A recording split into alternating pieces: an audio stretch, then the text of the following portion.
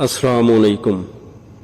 امام مالک رحمۃ اللہ علیہ نے بیان کیا، ان سے سعید مقبری نے، ان سے ابو سلمہ بن عبد الرحمن نے کہ انہوں نے عائشہ رضی اللہ عنہا سے پوچھا کہ رسول اللہ صلی اللہ علیہ وآلہ وسلم تراویح یا تہجد کی نماز رمضان میں کتنی رکعتیں پڑھتے تھے، تو انہوں نے بتلایا کہ رمضان ہو یا کوئی اور مہینہ آپ صلی اللہ علیہ وآلہ وسلم 11 رکعتوں سے زیادہ نہیں پڑھتے تھے۔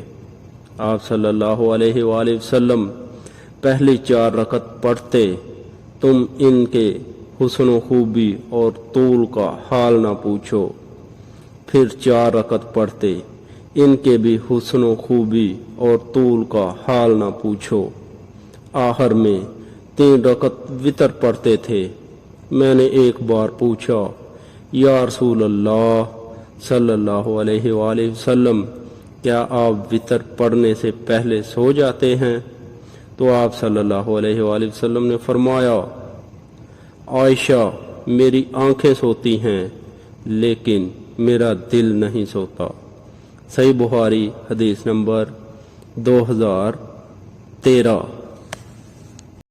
امام مالک رحمۃ اللہ علیہ نے خبر دی، انہیں ابن شہاب نے، انہیں حمید بن عبد الرحمن نے، اور انہیں ابو ہریرہ رضی اللہ عنہ نے کہ رسول اللہ صلی اللہ علیہ وآلہ وسلم نے فرمایا، جس نے رمضان کی راتوں میں بیدار رہ کر نماز تراویح پڑھی ایمان اور ثواب کی نیت کے ساتھ، اس کے اگلے تمام گناہ معاف ہو جائیں گے۔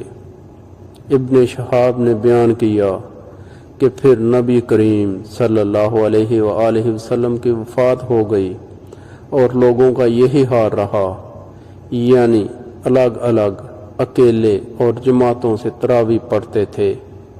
اس کے بعد ابو بکر رضی اللہ عنہ کے دور خلافت میں اور عمر رضی اللہ عنہ کے ابتدائی دور خلافت میں بھی ایسا ہی رہا۔ صحیح بخاری حدیث نمبر 2009۔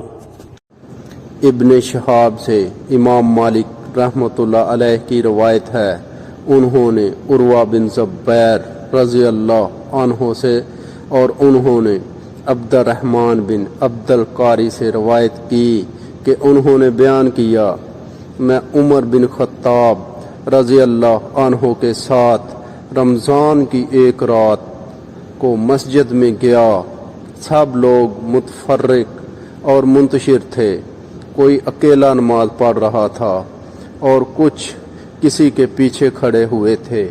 اس پر عمر رضی اللہ عنہ نے فرمایا، میرا خیال ہے اگر میں تمام لوگوں کو ایک قاری کے پیچھے جمع کر دوں تو زیادہ اچھا ہوگا، چنانچہ آپ نے یہی ٹھان کر ابی بن کعب رضی اللہ عنہ کو ان کا امام بنا دیا۔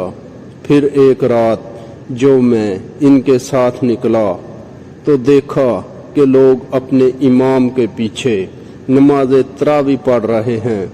حضرت عمر رضی اللہ عنہ نے فرمایا، یہ نیا طریقہ بہتر اور مناسب ہے، اور رات کا وہ حصہ جس میں یہ لوگ سو جاتے ہیں اس حصے سے بہتر اور افضل ہے جس میں یہ نماز پڑھتے ہیں۔ آپ کی مراد رات کے آخری حصے کی فضیلت سے تھی، کیونکہ لوگ یہ نماز رات کے شروع ہی میں پڑھ لیتے تھے۔ صحیح بخاری حدیث نمبر 2010۔ عروہ نے خبر دی اور انہیں عائشہ رضی اللہ عنہا نے خبر دی کہ رسول اللہ صلی اللہ علیہ وآلہ وسلم ایک مرتبہ رمضان کی نصف شب میں مسجد میں تشریف لے گئے اور وہاں تراویح کی نماز پڑھی۔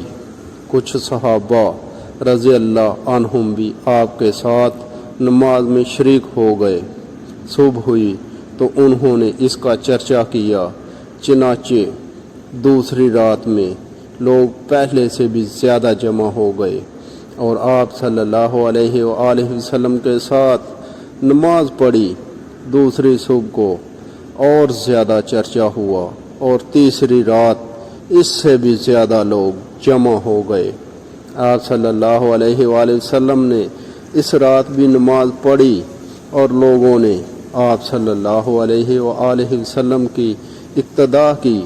چوتھی رات کو یہ عالم تھا کہ مسجد میں نماز پڑھنے آنے والوں کے لیے جگہ بھی باقی نہ رہی تھی، لیکن اس رات آپ صلی اللہ علیہ وآلہ وسلم برآمد ہی نہیں ہوئے بلکہ صبح کی نماز کے لیے باہر تشریف لائے۔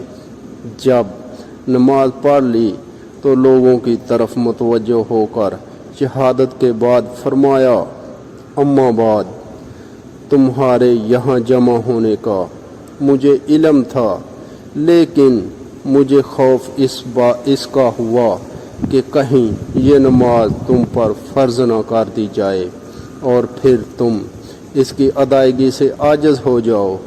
چنانچہ جب نبی کریم صلی اللہ علیہ وآلہ وسلم کی وفات ہوئی تو یہی کیفیت قائم رہی۔ صحیح بخاری حدیث نمبر 2012۔